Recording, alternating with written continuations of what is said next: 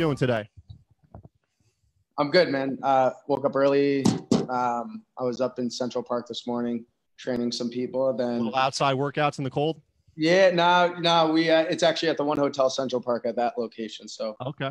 yeah, we offer one-on-one training at the hotels now, in Central Park, Brooklyn, and then down in Miami we've we have Anatomy Gym, which is not mine. It's Mark Megna's, and he has some awesome trainers down there. So they're handling the one-on-one training down there. But yeah, all the One Hotels now offer one-on-one training, which is really cool. Beautiful. And Dev, so before we get into that, where are you from originally? New Hampshire. Well, Idaho. I was born in Idaho. I then lived there until I was maybe like 4 or 5. Remember it a tiny bit. And then my father was a building developer and house developer. So it was like a big boom in Idaho. So we went out and I guess he built out there and then came back to New Hampshire where he's from. And, my mom's from New England as well. So nice out here and, he continued his shop out here. So. And what was life growing up like in New Hampshire? You like it? Yeah, I grew up on about 46 acres in a pretty large house. My dad was about, go big or go home. And so I actually grew up with, about a 2,000 square foot gym in my house. He was pretty into wellness and health and, vitamins and what to take and eating healthy. So, kind of rubbed off on you. Yeah. It kind of just fell on me. I've been doing, working out since I was a kid. So that was cool. And, my mom was into it as well. So I grew up in New Hampshire, about 46 acres, and a pretty big house. I had 4 sisters. So that was cool. And I was not really allowed to play video games. Why is that? I don't know. I think they thought I started playing, Grand Theft Auto when I was like really young, and I played it a couple times, and I kind of made the decision. I was like, I don't really want to play this. I felt like weird, just like going around killing people. And I was like, I probably shouldn't play this. Like my mental state was just like, it was like, this is weird. And so that was like the first and last game I played. And then I just spend all your time outside after that. All outside. We were a big believer in having fun outside and activities. So 4-wheeling, snowmobiling in New Hampshire. I was on the trampoline constantly. I got into skateboarding and went through that whole phase. Snowboarding. I mean, instead of, gym class during the winter, our middle school would take us to the mountains. So I grew up, snowboarding my whole life. And then, the trampoline and mountain biking and everything. You're always doing flips and all this crazy stuff. So you were doing that at a young age. Yeah, for sure. I mean, we also had about 7 horses, more for just pleasure and stuff. So I was, riding horses, flipping, my boys would come over and we would just figure out what nonsense to get into outside, Absolutely. Yeah. So when did sports come into play? I started, the first sport I played was baseball around maybe 6 years old. I didn't really know what I was doing, obviously. But then that kind of kicked off and I, became pretty good at baseball and, pitching and shortstop. And then once, I got older, I moved to, center and left field, throughout high school. But that was the first sport I played. And then I played football, basketball, and baseball from, I don't know, I want to say maybe 8 years old all the way until I was 18. I would play 3 seasons every year. So. And what did you want? Did you want to pursue any of those after high school? Basketball is my favorite sport to play for sure. Baseball was cool because, it gave me a little downtime and it wasn't as hardcore, but it was a good vibe. I liked it. It wasn't, the people that surround you, in a baseball setting are super cool. So that was good. And then football is just, you get pumped for it during the summer, it's warm. And then by the end of the year, I'm kind of sick of football just because it's cold and no good. Yeah. So actually going into the military academy, I didn't know if I was going to, totally pursue sports after high school or, but, one thing led to another. And, I think I bloomed at a little later age. And, towards when I was maybe 17, 18, I actually repeated my junior year. And I became, decently well and, above others at sports. And I was just, excelling fast at it. So it kind of came upon me that, colleges were reaching out and scholarships. And, I ended up winning a prep school national championship my senior year for football, which was really cool. And then baseball, I broke the batting school record. I hit like 689 out of high school. Yeah. So that was really good. What was life like at the military academy? Do you think that did some good for you? Yeah, I didn't really want to go to the military academy per se, but I kind of got sent there, and it was probably one of the best things that happened to me. It wasn't I was like a totally bad kid, but it was definitely to get my mind right, and I was definitely distracted in New Hampshire, not with drugs or anything, just didn't know where I wanted to go with it, and so absolutely. When I went, you're a high energy person just naturally. And I think if you got too many things in front of you, it could be a little distracting. So that probably helped you focus that. For sure. Yeah. So that was really good. And it just shows you structure and attention to detail and when to talk and when not to talk, and so that was really good. And you're surrounded by a bunch of guys for 2 years nonstop, except for summer months. And you kind of learn, different personalities and culture, because it wasn't just Americans that were there. It was people from Russia, China, Japan, every state you can imagine, Mexico. It was kids from all over the world that were kind of sent to this school to, I guess, somewhat the same reason. I would say about a third of the kids were there for bad behavior. A third of the kids that were there for sports. And a third were just these rich little kids. Their parents, didn't want to deal with them. So tuition there was, I want to say $60,000 a year. So, it wasn't a cheap school to go to, Yeah, definitely. And so what happened after the military academy? Did you go to college after that? Yeah. So I received some offers from different schools. No school would really let me play one or the other sport. And so I decided to go Division II, and I went to Long Island University on a scholarship. And what sport? Football. And, the coach was like, hey, you can play baseball a couple years down the line, but they didn't want to start me off at playing both. And so we'll get into that. But yeah, I started just playing football, and actually our mutual friend Smitty is the one that, picked me up for my, my official visit. And that's the first time. Yeah. Hell of a character to pick you up on an official visit. I didn't know what I was getting myself into, but it was a really good first impression of the school. And, we were running around, weight training this. I threw a backflip here and there. They're like, all right, cool. Then they called me the next day and they're like, yo, you're in. You're in. So I liked it. And, I was thinking New York. I didn't really want to go back to New Hampshire. New Hampshire wasn't, I kind of saw, especially at the military academy, like Philadelphia. Not my favorite city, but I saw the city life a little bit, Yeah, and it's not the middle of nowhere. It could have definitely been worse. Yeah, exactly. And then I was like, all right, Long Island University, it's close to the city. I actually didn't even go to New York City that much when I was in Long Island. We kind of stayed around there, but you understand more of the city life than I would have knew in New Hampshire. So it was definitely absolutely. It was a good choice. And how did your football career go over there? It went pretty well. Yeah. I started off, I've always had somewhat of a tough time understanding playbook. I wasn't, and I don't want to like say video games help, but I feel that people that played like Madden growing up understand, the formations much easier because they're looking at it. Me, absolutely. I never played it. I was bird's eye view. I was like, I'm just going to be an athlete and go in and just do my thing. I never really understood like the formations and why we're doing this. I was more like, yo, I'm just going to cover this kid. You're going to sprint around, get open, and catch the ball. Yeah, exactly. And I played corner there, so I was all about. They taught you a little technique, but at the end of the day, I think it's all about athletic ability. And it kind of took me to college, so I kind of just did my thing. Like I said, I was at a military academy before, so getting surrounded by a bunch of bars and nightclubs in that scene, I was curious. I got to check it out. I haven't drank here, for 2 years, yeah. And girls were somewhat in the picture, but for the most part, you're surrounded by guys at a military academy. Have some fun.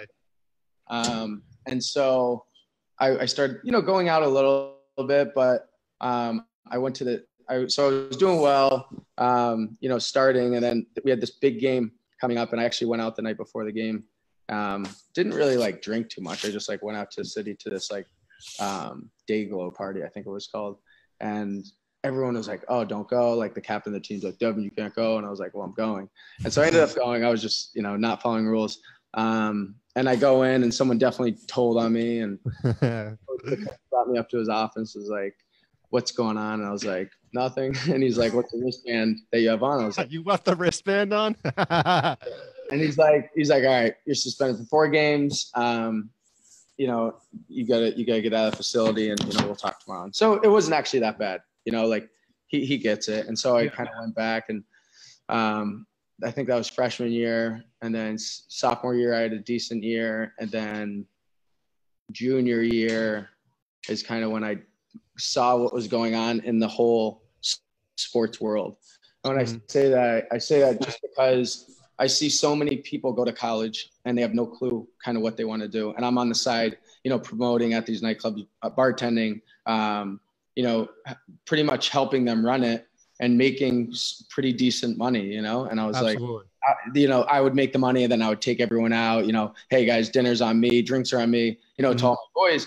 And I'm like, in a sense, I'm like, why, you know, I kind of have it figured out to the most part, as I thought. You know, I wasn't going to get caught up in the whole, like, all right, you play football in college and you know, assistant coach after that. And then like, I just didn't want to do that. I saw people do that, and it was just like, wasn't a lifestyle I wanted. So I didn't take football too seriously after that. I continued to work out, stay healthy. But football was kind of like, I don't know if that's the lifestyle for me. Absolutely. So yeah, one thing led to another, and, you know, the coach is like, and the athletic director was basically gave me an ultimatum, like, either you stop and you refocus your, you know, all your energy into football, or, you know, we're going to take your scholarship away. And I was just like, peace. Yep. I left. Later. And at that point, I had zero clue on what I was going to do. I was like, kind of in a position. I was like, all right, I'll figure it out. I don't care, you know, but I'm not. So did that mean you had to leave the school because the scholarship was no longer? I didn't have to, but I mean, to pay. But yeah, exactly. So like, I had a full scholarship. Like, tuition, I want to say at Long Island University was like $50,000. So like in my head, I'm like, okay, like my mom definitely like wasn't going to help. I just gave up the scholarship, you know, like they're like, you know, my family's like, yo, you a full ride, like we're not going to help you out now, you know? And so at that point I was like, what school can I go to that's not going to be like totally like a financial burden, but, you know, can still help my career somewhat if I want to still pursue, you know, school. And so I was searching around, and I actually went to Hoboken, New Jersey with Smitty. And I was like, this is such a fun, like, little town, you know? Oh, absolutely. You know, I mean, we've been out in Hoboken before. I mean, it's a fun town, especially at the age of like 20, 21. Absolutely, yeah. So I went out there once, and then I was looking at colleges around there, you know. And that's kind of what you wanted to get into too, because you were promoting for the nightclubs, and that's where it's at. Exactly. And so I went there, and I was like, this is fun, you know, like, this is great. And then there's Montclair. And you probably felt free too for like the first time in a long time. Yeah, it was a burden when I stopped playing for Long Island University. It was definitely a burden off my chest. Like, okay, now what? Yeah. But it was also like, holy shit, now what? You know? Yeah. And so I went to Montclair State. I went to Kane. You know, that was another close college. Wasn't my vibe. And then I went to Montclair, and I was like, wow, this is a nice town. You know, the Coach G was super cool. You know, he had a really good, you know, past history, you know, with winning. And, you know, he had connections to the NFL if I ever wanted to pursue that. You know, I know he sent guys there, regardless if it's Division III or not. And so I go and I work out with the team, and, you know, I start playing with them. And I don't know, like, there's something between Division I, Division II, Division III. I've done all the workouts. And Division III, people are just slower, not as strong, and definitely not as driven. And I just noticed it right off the bat at our first workout when, you know, we're doing bench.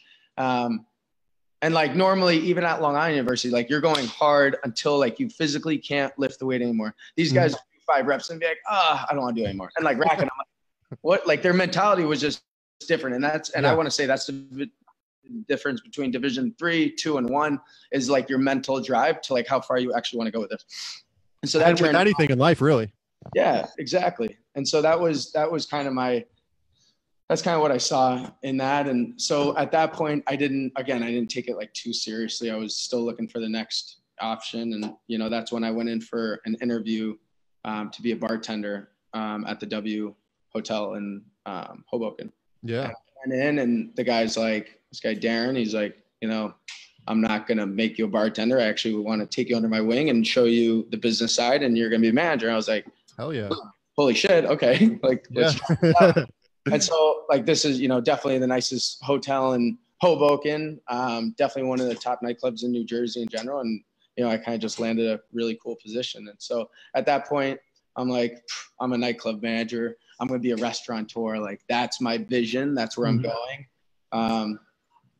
And then school kind of just faded away. I was like, I'm not going to some Greek class to learn this or, you know, some, you know, psychology or whatever class. I was just like, it's not worth it for me right now. It's a waste of my time. I'm not learning anything. I'm not making money doing this. Instead, I'm actually just getting myself in debt. It's not something that's working for me. So eventually I kind of just I played one season at Montclair.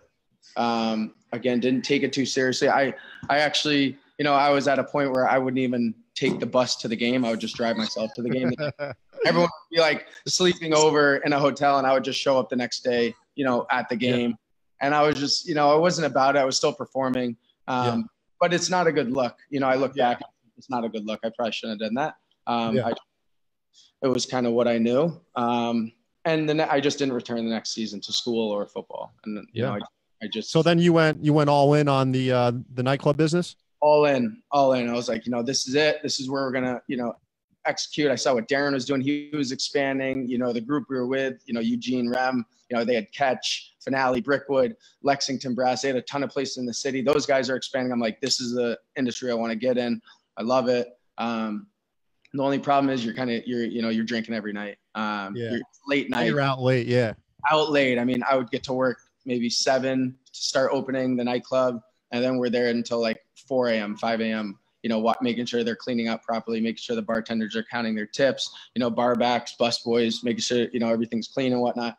And like, it was cool. And I didn't think of health at that point. I was still working out. No matter what through this whole thing, I'm still going to the gym and working out.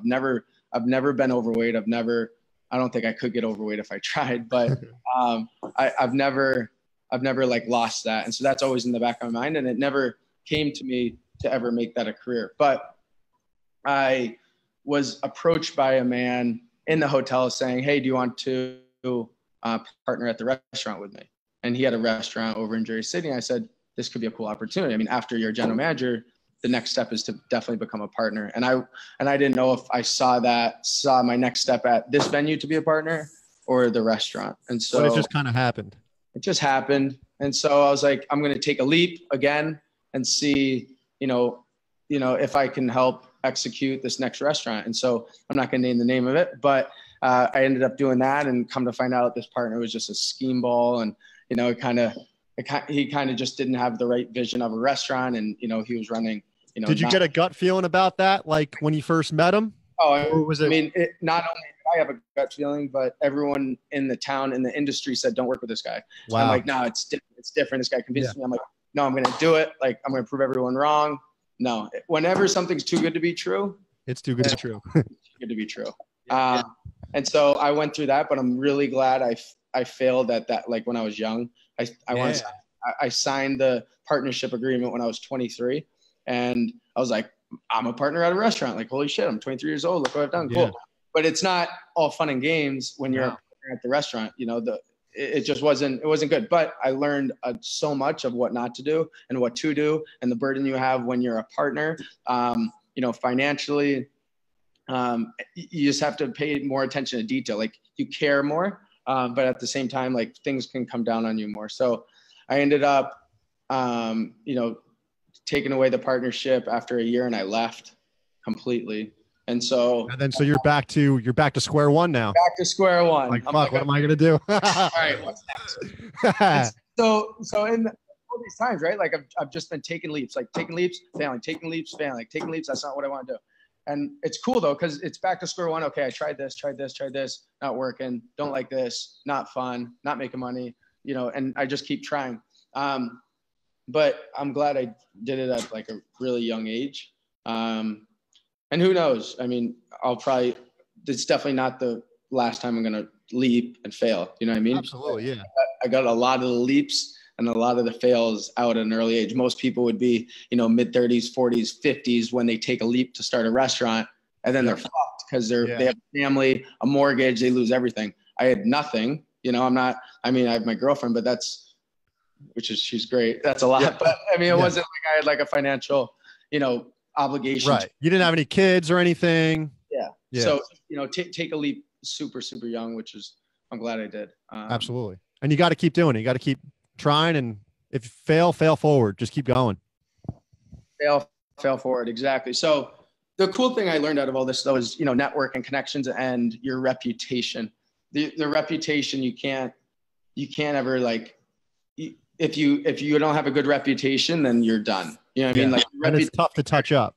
Regardless of if I failed or not, like my reputation has stayed the same. And I never received, I don't think, the reputation of this kid doesn't know what he's doing. This kid is an asshole. This kid, doesn't have drive. This kid doesn't work hard. Like I don't think. Not screwing people over. Yeah. I don't screw people over. Like I've always had like an honest, and been moral and like, tried, you know, paid people on time. You know, I don't care like what the circumstances is, like you're getting paid. Like, I don't, you know what I mean? Like I'm always, you know, put you guys first, and make sure you guys are happy.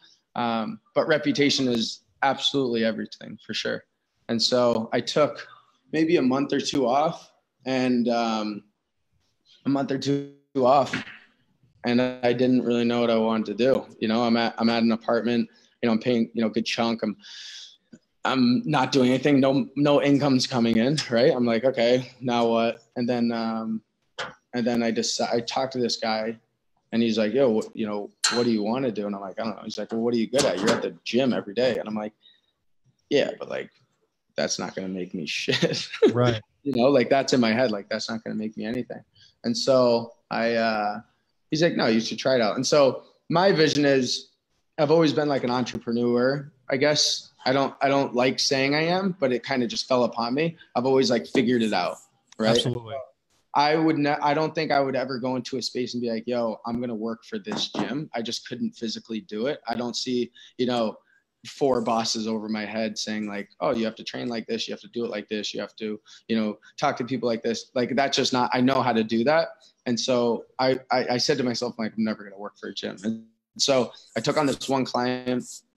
He was a CIO of Bed Bath & Beyond, you know, worldwide, you know, top, you know, 10 guys at Bed Bath & Beyond at the time. And, you know, actually we still train him today, but I started training him and that was awesome. I had a bunch of buddies in the NFL and so started training them. That was awesome. And you're not, are you even thinking like as a business yet, or you're just kind of doing it? No. I'm just doing this to, you know, make some money and, you know, be happy. And it was fucking awesome. I mean, I'm training people, you know, 10 hours a week and making a good chunk of change, but only train 10 hours a week. And I'm like, this is great, but like also helping people. And I'm like, these guys, like results are coming. I'm like, this is like addicting, you know, like I'm hitting text him, like, make sure you're eating healthy, you know, make sure to do 200 sit-ups before you take a shower tonight. Like really, really in tune to people, taking them out for drinks. You know, it was good. It was good. And so that guy, Bobby, his name is, at Bed Bath & Beyond, started training him, NFL players. Another person in the building, then I met this guy, Barry Sternlick, who I started training. He was maybe my 4th client, third or 4th. Met this other guy, Arthur. And so I started. Is this a lot of word of mouth or? Word of mouth. People saw my Instagram. People, you know, heard I was training. People knew, you know, I was a former athlete. And people, I think a lot of people knew my backstory in regards to, you know, I've been around fitness my whole life. I've done it. So it came very, very naturally to me.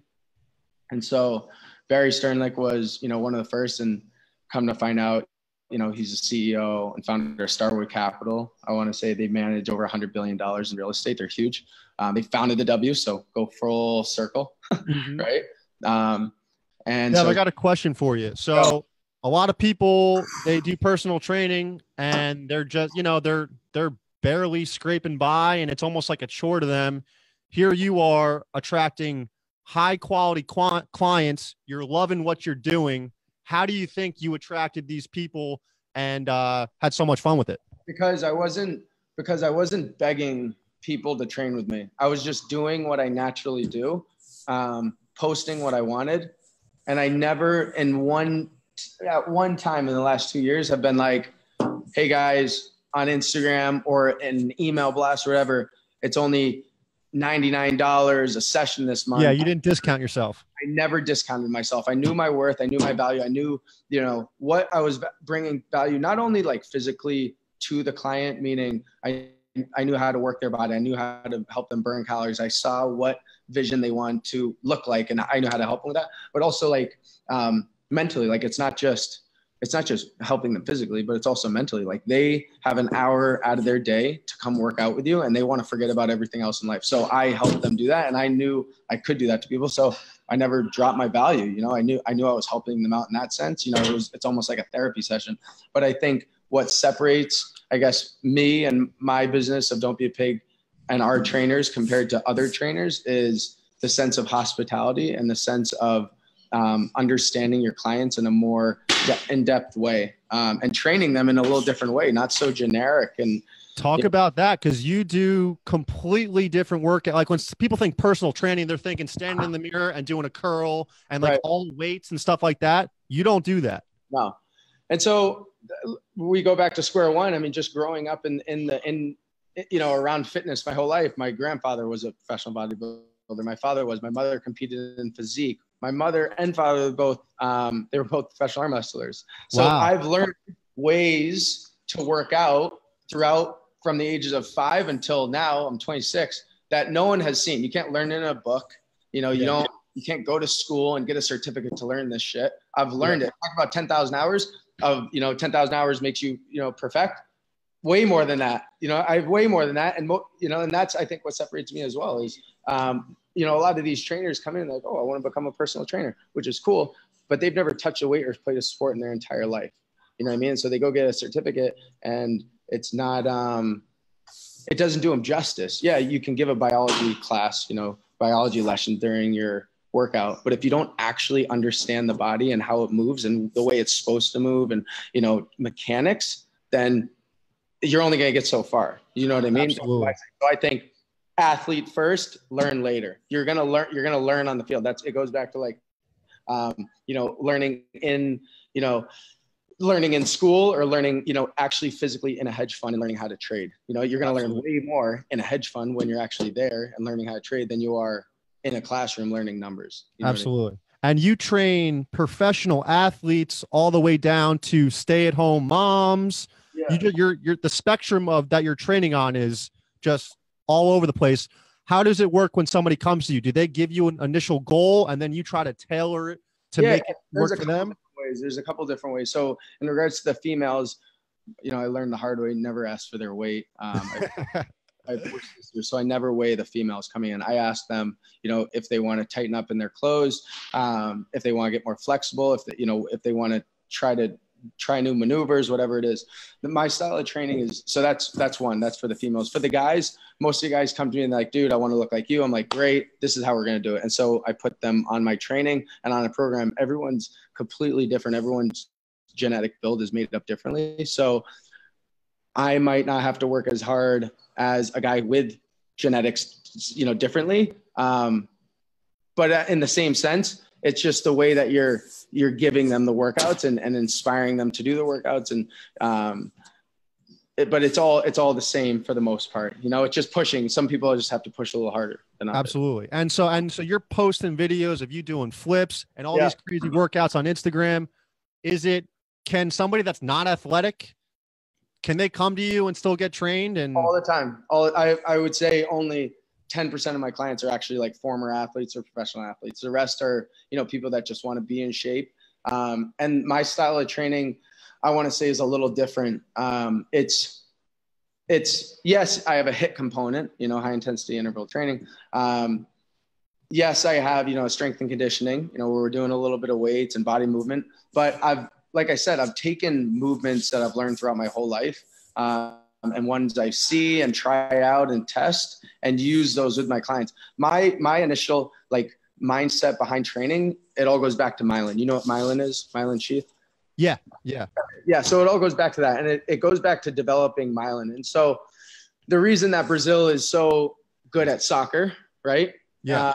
Is because they play with wooden balls on a sand court. And it's from this book I read. And it really inspired me to train a certain way. And so I look at movements and training ways of an in-depth training. So taking you out of your natural environment and giving you, hard, depending on, who you are and how far you've come in fitness, but hard, challenges to do and different movements that you've never had. So I believe that if you do a more in-depth training, you're going to get faster results and better results, and it's going to stick in your brain longer. So if you do a bench press, and your feet are up and there's tension on your feet, you're trying to hold your feet up and I'm pushing down, but you're doing a bench press, I see you're going to get better results, not only in your core and chest because you're doing a bench press, but you're more in depth. It's in depth. It's different. It's challenging you than a regular bench press. It might not be, for everyone. It's not everyone's method, but I mean, I've seen it works for me, and people like trying new shit. Absolutely. Not everyone just wants to do, the natural, leg press and the, squats and, the lunges and the curls. That's old news. It's all natural body movements you're using. All natural body movements. Understand how the body actually works in an athletic position, in an athletic setting, and you're walking on the street. Holy shit! I almost get hit by a taxi. How are you going to move? To save yourself. So that's my sense of training. It's not so much let me curl as much as I can and squat as much as I can. Yeah, absolutely. So Dev, when did this become a business for you? I would say 4 months in. 4 months in. It was quick. It was 0 clients, maybe, 5, 8, 10 sessions a week to 20, 30, like within 4 months, 20, 30. So within 4 months, you're like, I got something here. Yeah, I got something here. I don't care when you want to train. I'm going to train. I'm going to get you in shape. Like that was my mentality. Like if it's at 4 a.m. or 10 p.m. at night, I'll do a 12-hour day. I don't care. I'll do a 14. I've done 15, 16 sessions in a day before. I don't care. It's just back to back, sip my water, have an apple, and I'm at it. Drink, eat just like a football game. You eat some pasta the day before, right? Like I'm ready. 16 hours. I don't care. And so I think also what separates our company from others is the drive that all the trainers have. I know when I sense a trainer wants to just come in here and, make a little money and, train like 5 people a day, or if this motherfucker is driven and he wants to come in here and do 15-hour days. He doesn't care. Dev, I'll drive up to Central Park. I'll go down to Financial District. I'll shoot over to Hoboken. I'll shoot over to Jersey City. Like, I don't care. Like those guys are my gold. And those guys are the guys you have to keep in a company because they're willing to go that extra mile that you can't teach that. Absolutely. And you're embodying it too. It's not like you're telling all them to go everywhere and you're kind of chilling. You're still in that mindset. Oh yeah. I got to work harder than everyone. I don't care. Like if he's doing 9 sessions, I'll do 12 sessions, If you're doing 12, I'm doing 13. I don't care. I always want to be one step ahead, and it's not, maybe it's a competitive edge in me, but it's just, I like it. It's like fun to me. It's fun being driven and doing different things. And absolutely. And so Dev, you kind of did something ingenious where your other company ties into exactly what you do. So now you're training these people and it's like, oh, do you need some nutrition in your life to help you maintain what you're trying to go for? How did the Don't Be a Pig start? That happened about 4 months ago, maybe 5 months ago. So we've been training. We've had the training business for the last, year, trainers on board running around, house to house, city to city, throughout New York, Hoboken, Jersey City. But one of the things we offered is because, it's not cheap to train with us. Right. So what we did was we offered you a meal as well per session. And so I would be, taking my bag around, taking the bands, and then I'd have like 10 meals in a bag and I'd give one to each customer throughout the day. or I'd shoot back, I'd have like a location where I'd shoot back to. If it's, my boy in New York, I'd hold him at his fridge, or, I'd hold him at my fridge, shoot back, make sure I always have nice, fresh meals for them. But what I was coming to find out is in these meals, it just, I would just see like bad food, or I didn't agree with it, or, the branding wasn't, on point with what I thought. And I was like, I'm in this industry. I've been in the food industry. I can do this. And so that's why I put together the Don't Be a Pig meals. And we launched that 5 months ago, the actual food portion of it. And we ran into like so many struggles. Oh, absolutely. Oh my God. It was to a point where I'm just like, I'm not doing this anymore. What were some of the speed bumps you hit? Food going in, not being able to keep it cold to the customer. It was really cool though, because I was able to test it with a high volume clientele already. So, I bought a van, we bought the LLC, we own the copyright or whatever to it. We set everything up. I'm a big believer in systems in place. I was going into Don't Be a Pig meal prep as I'm not going to be in the kitchen. The last time I was in the kitchen, me personally, was when I signed the lease for it. It's not that I don't care, but it's not my expertise. So we've put a system in place there where I can check in, test the meals, when they get delivered to my house as if I'm an actual customer, and then we can make adjustments depending on that. So where are we going? Where are we going with this? Don't Be a Pig, how it started. Yeah. So we started, the hurdles ran into not being cold enough. The food didn't come out right. There's too many ingredients to deal with. Our food costs were out the roof. You got people with food allergies and all that shit. Allergies. The website wasn't working. Glitches. Food photos. Everything you can imagine. The systems were tough to put in place, but now they're in place and it's much easier. So how did you manage it? You just had to kind of.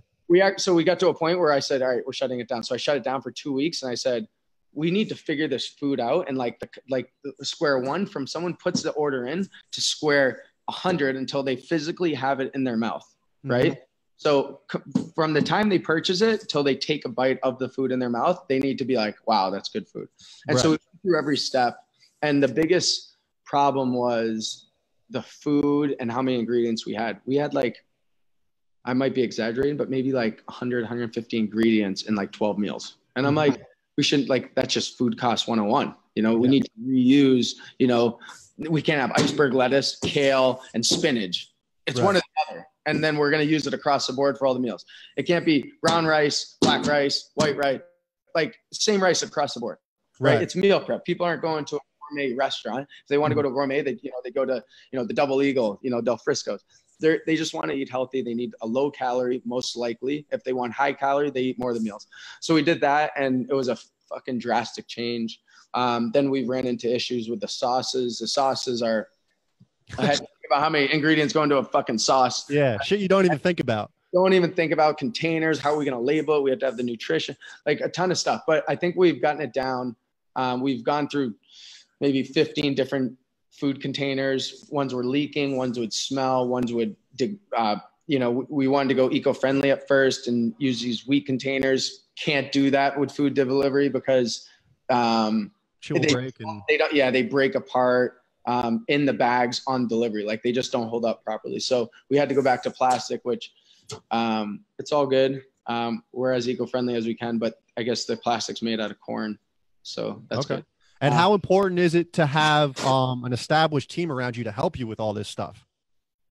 Like, do you have people at Don't Be a Pig that kind of help you, guide you through all this like nonsense almost? Sure. You can only grow if you hire people better. And so that's why one of the first trainers we hired was Martin, and he's like one of the best boxing coaches ever. And he's still with us, and he's rocking out, and he's been with me since the beginning. But I wanted to get into boxing and like, okay, I'm going to be a boxing trainer.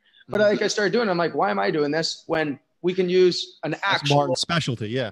An actual specialty. He's not doing strength and conditioning or the style of training I'm doing, and I'm not doing, so like absolutely. You have to find your expertise, people. So, we have John who's in the kitchen, and he's, a genius with food and recipes and food costs and everything. So he's handling that. And then we have our office manager who's unbelievable with numbers and, you know, being on top of shit, whether it's 4 a.m. in the morning or 10 p.m., like she's answering stuff. We have our graphic designer, who's like, it's really cool to like talk about a graphic designer, right? Like, do you want a graphic designer who just like, oh, I want to be creative and I want to be a graphic designer, or one who actually physically hangs out with like a bunch of artsy people and like she lives around it and like she looks at brands like, oh, like make sure it's on brand to this, and like, oh, it's this constantly like, on her mind. That's how her mind works. Yeah. Like I can't teach someone that, you know, like no one can teach someone if they physically love, you know, to do design. And so putting people in place that are really good at what they do is super key. Yeah. And so systems in place are key. So that has elevated into an entire wellness company now. So not only are you doing the meal preps, what are you doing? What else are you guys doing?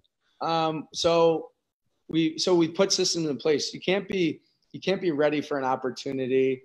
You got to be ready for an opportunity rather than not ready for an opportunity, right? Like if someone approaches you and they're like, oh, I want you to do this. And you're like, fuck, I don't know if I can do that. Or someone approaches you like, oh, I want you to do this. Be like, no problem. I'd rather spend the money early on and be like, cool, my systems are in place for the world. If the world wants to train with us right now, we're ready for that, right? Yeah. And so the system in place. So we're doing a couple residential buildings in Jersey, New York. But then we just recently partnered with, you know, the One Hotels, which is really cool. So we're going to be doing their wellness program, and you know, offering, you know, one-on-one training to them. So it's kind of a turnkey operation. They, you know, it's tough for, you know, a company to just do that. You know, you have to look at all the things I've just gone through, you know, in the last couple of years just to build this. No, there's no company out there, a hotel or whatever, that's going to be able to turnkey. Okay, here's wellness. We can do it ourselves. You have to outsource it. So we've got that covered for them, and we're about to rock out. We're going to do like a hard launch in March. So beautiful. And Dev, where can people find you online and all the Don't Be a Pig stuff? Just on my Instagram, and then the Devon Levesque at Devon Levesque, and then the food and wellness and training, one-on-one training. They can go to don'tbeapig.co.ca. Perfect. Yeah. And Dev, at the end of every show, I'd like to ask you, what is one piece of advice that has really resonated with you over the years that you would like to gift the audience? Could be absolutely anything. Don't make excuses. Don't make excuses. Don't make excuses. Straight up. Don't do it. Love it. Yeah. All right, Dev. Thanks you so much for coming on. And I'd love to have you back on anytime, man. Yeah, for sure, man. Thanks for picking my brain. I know it went by fast, but that was good. Got a lot. Absolutely. All right, brother.